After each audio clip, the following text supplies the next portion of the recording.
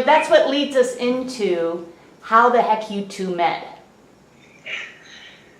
Well, that's a funny story. Back, goodness, that was 2002, so 11 years ago. I was with a group of women. We were planning to have like a program here in the area well, not in the area here, but where I used to live, and it was a program meant for women to help them because after being diagnosed with MS, a lot of women put things on hold and they lose focus of their dreams and their aspirations.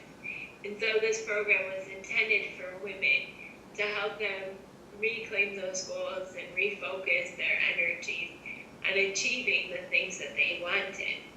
And so this program was supposed to be an afternoon-long, educational format with a speaker, and it just a really good program. And I was there, and I was with some of the other women that were supposed to lead the small groups, and it was just that the program was called Finding Your Buried Treasure. And lo and behold, that program changed my life.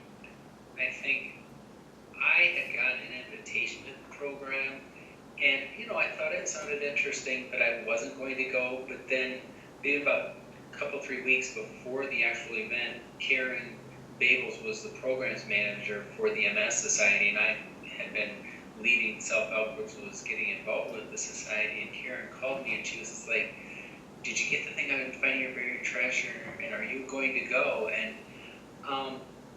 I was thinking it's like almost an hour, 20 minutes southeast of here, so it's a lot to drive for my Saturday afternoon off. But she talked me into going, and when I showed up, Karen was at the door at the registration table, and she was just like, "You see that table right over there? That's Jennifer's table. You both are younger and have MS, and I think you guys might have a lot to talk about, and so why don't you go sit at her table?" And so I'm sitting there and wondering who's Jennifer, and I saw her roll up, and I was like, "Oh, that's Jennifer." And I really, thought I needed to really be on my A game that day because I wanted to impress this girl. And keep in mind, I'm thinking, men are going to be at the event, and if they are, they're going to be husbands or boyfriends of the women who are attending it. And I see this cute man walk in, and where's his wife? Where's his girlfriend? And he was by himself. But I had to be busy, because I was supposed to lead a table discussion. And so I was doing a couple things before the morning started. And lo and behold, I rolled up to my table, and there is the cute man sitting. And so nervously I went over and we started discussing, and it was a great group. And I learned that this man, Dan, was just a really safe place for me to look to, and he would always answer questions and keep things moving.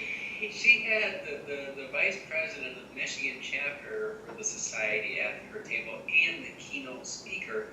And so I'm like, man, I'd be so nervous if I was her. I was like, Jennifer, just look at me. I've got really smart things to say. So I was like paying attention the whole time. And it went really well. And when the program got over, I wanted to get her email address because I didn't want to have the next time that I saw this girl be at the next MS event, 10 months, 2 years into the future. And so I hung around, and she is so friendly and talkative, social butterfly, that she kept talking to people. And so what am I going to do? So I hung around, I helped clean things up, and I was tearing down tables and chairs and moving boxes and things, just keeping an eye on Jennifer, finding when are you going to shut up so I can come over and talk to you. And finally she stopped, and I went over and got her email. And of course he asked for my email address, and I wish I could say that it was all part of my evil plan, like,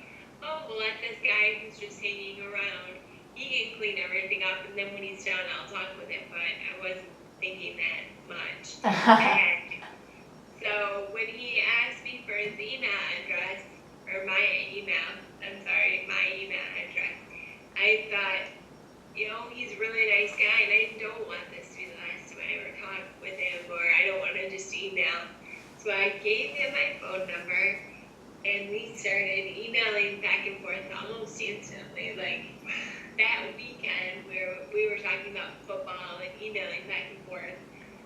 Well, that's just it, because I write for a living, but I'm going to email her. And so, honest to God, it took me like 3 hours to write a 2-paragraph email because I want to finesse it just right, to have the door open. Like, I want to talk more about things, but not so overly open that she'll like get freaked out and stuff. So it, but I hit send after, some 2-3 hours. I just waited.